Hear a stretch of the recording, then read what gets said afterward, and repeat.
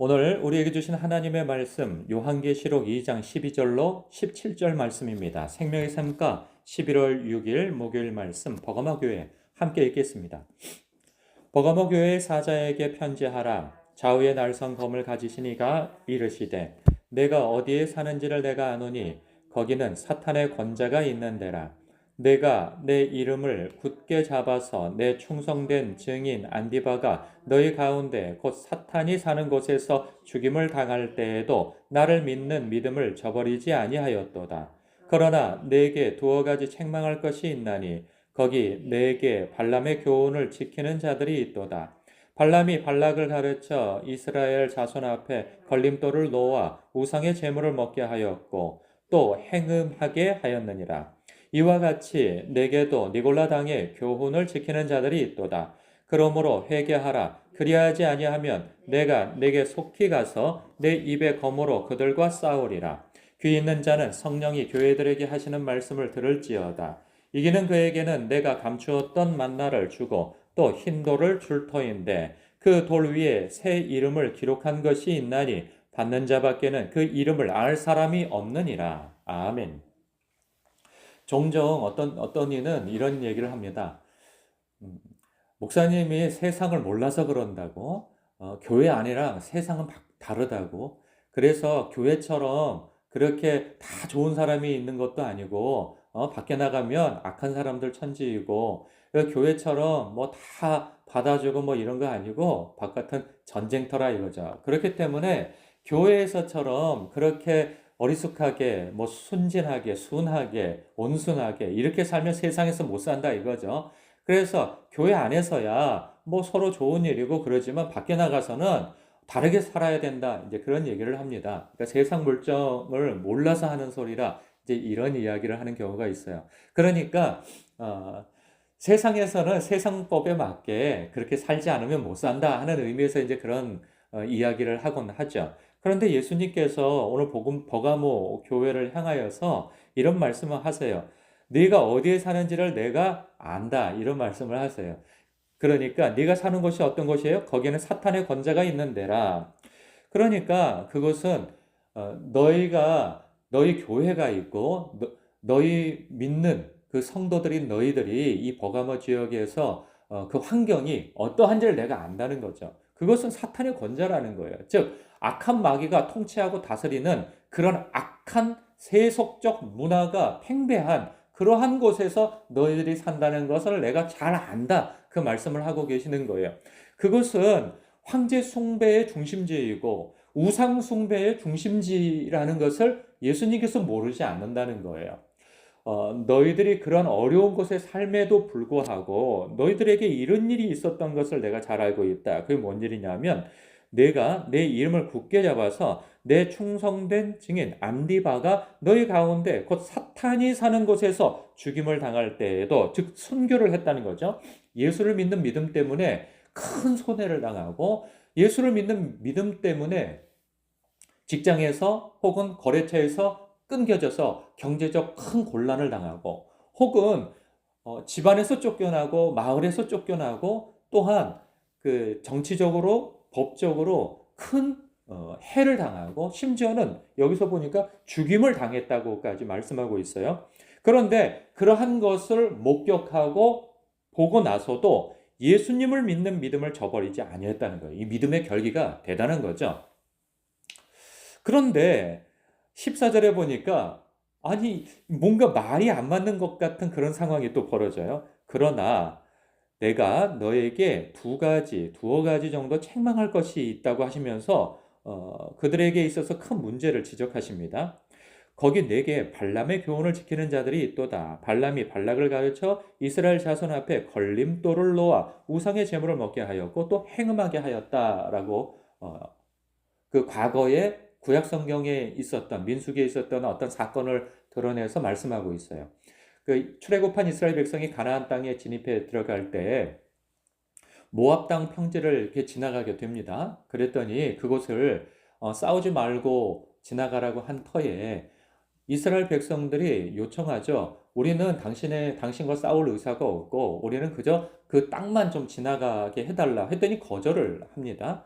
그리고 난 다음에 그 지역 왕인 발락이 어, 그 두려운 마음에 그때의 선지자이며 어떤 그 술객, 복술가 뭐 그런 사람인 그 유명한 발람을 찾아가서 청탁을 하죠. 내가 금은보화를 주고 큰 지위에 올라가게 해줄 터이니 이스라엘 백성을 향하여서 저주를 해달라 했더니 두세 번에 걸쳐서 설득이 되어져서 결국은 갔는데 발람이 하나님의 경고를 받고 저주가 아닌 축복을 한단 말이죠. 그러니까 약속한 돈을 받지 못해요.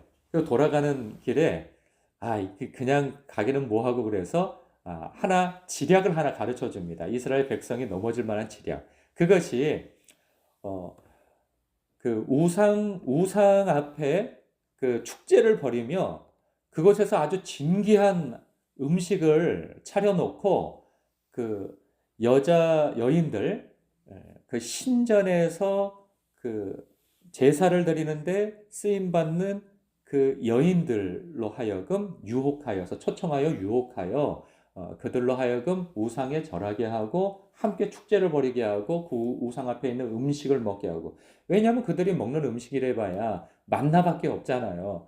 그러니까 기름진 음식을 보면 정말 군침이 돌고 식욕이 땡기고 그리고 이 세속적인 여인을 보면 그냥 남자들이 마음에 동하여서 죄를 짓는다는 거죠. 그러면 저주를 내릴 필요 없이 하나님께서 바로 그러한 저들을 저주하실 것이다라고 하는 그러한 악한 술책을 내놓는단 말이죠. 그것에 넘어가요.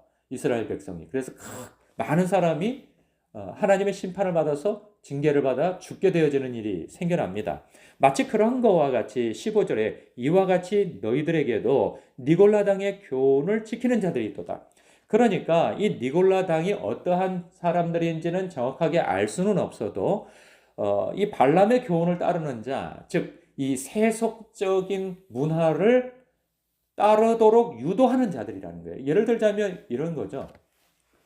오늘날 최근에 이 나라에서 벌어지는 일들이 뭐냐면 코로나19 이후에 이 불안 요소들이 많다 보니까 우리나라 국민들이 그걸 뭐라 그러죠?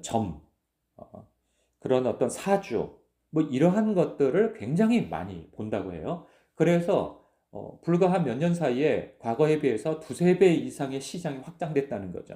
그리고 과거에는 직접 갔어야 됐어요. 이 점집에. 그러나 지금은 유튜브나 어떤 영상으로 상담을 하고 이렇게 하여서 접근성이 굉장히 편리해졌다는 거죠. 그래서 그 시장이 무려 4조 원 가까이 된다는 거예요, 시장이. 뿐만 아니라 뭐 믿지 않는 사람들이야 그 우상을 숭배하고 귀신에게 자신의 운명을 점치고 하는 일들에 있어서 뭐 그럴 수 있다 하지만 믿는 사람들도 굉장히 많이 사용한다는 거예요. 그것을 이용한다는 것이죠. 문화라고 하는 전통 문화, 전통 신앙 뭐 이러한 것을 이유로 가까이 접근한다는 거예요.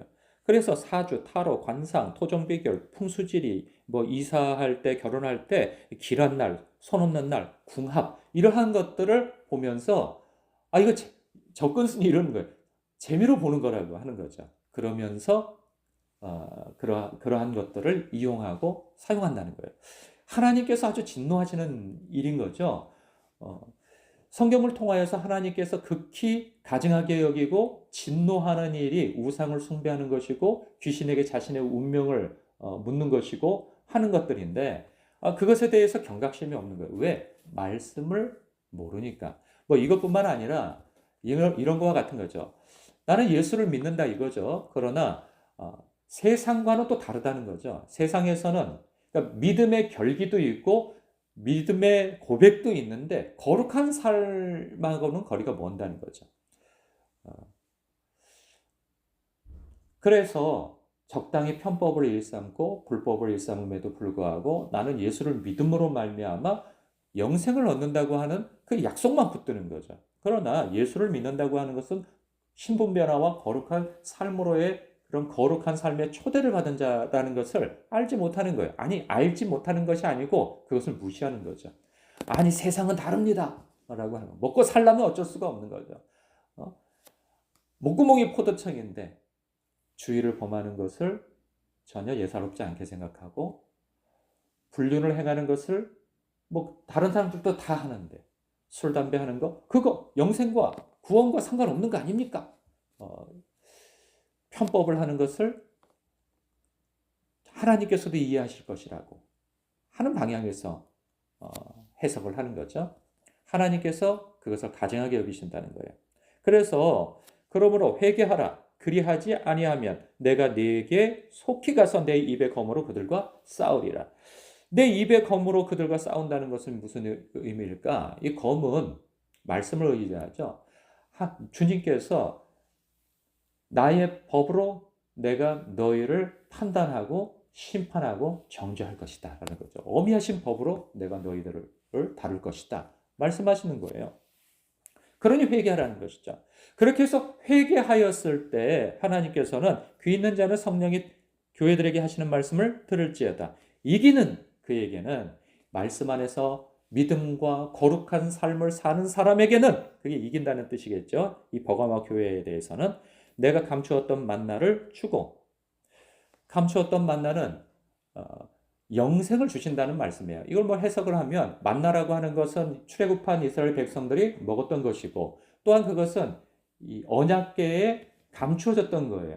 그런데 예수님께서 요한복음에서 사람들이 예수님을 자꾸 쫓으니까 이런 말씀을 하셨죠. 너희들의 조상에게는 하늘의 만나를 주셨다. 그러나 그것을 먹고 다 죽었다. 그러나 나를 따르는 자는 내 살을 먹고 내 피를 마시는 자는 영원히 죽지 않을 것이다. 하늘에서 내려온 만나라고 당신 스스로를 말씀하시는 거예요. 그렇다고 한다면 그 만나는 곧 예수 그리스도요. 나로 말미암아 영생을 얻게 되어질 것이라고 하는 말씀인 것이죠.